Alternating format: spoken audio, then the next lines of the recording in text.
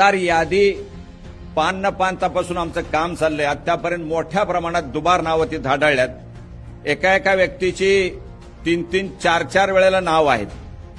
आणि दुसरं शेजारचे जे तालुके आहेत माझ्या, उदाहरणार्थ दौंड तालुका, शिरूर विधानसभा मतदारसंघ हा हवेली आणि शिरूर मिळून झालेला आहे।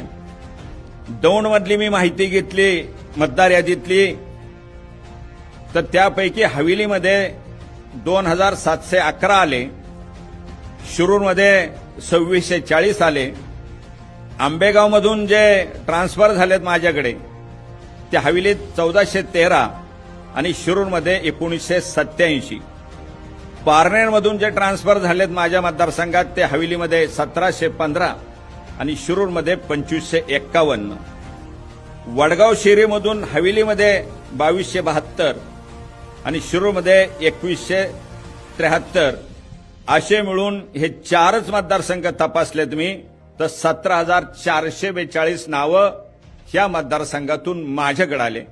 आणि याची भक्कम माहिती माझ्याकडे की मतदार यांची नावं इकडं पण आहे आणि तिकडं पण आहे।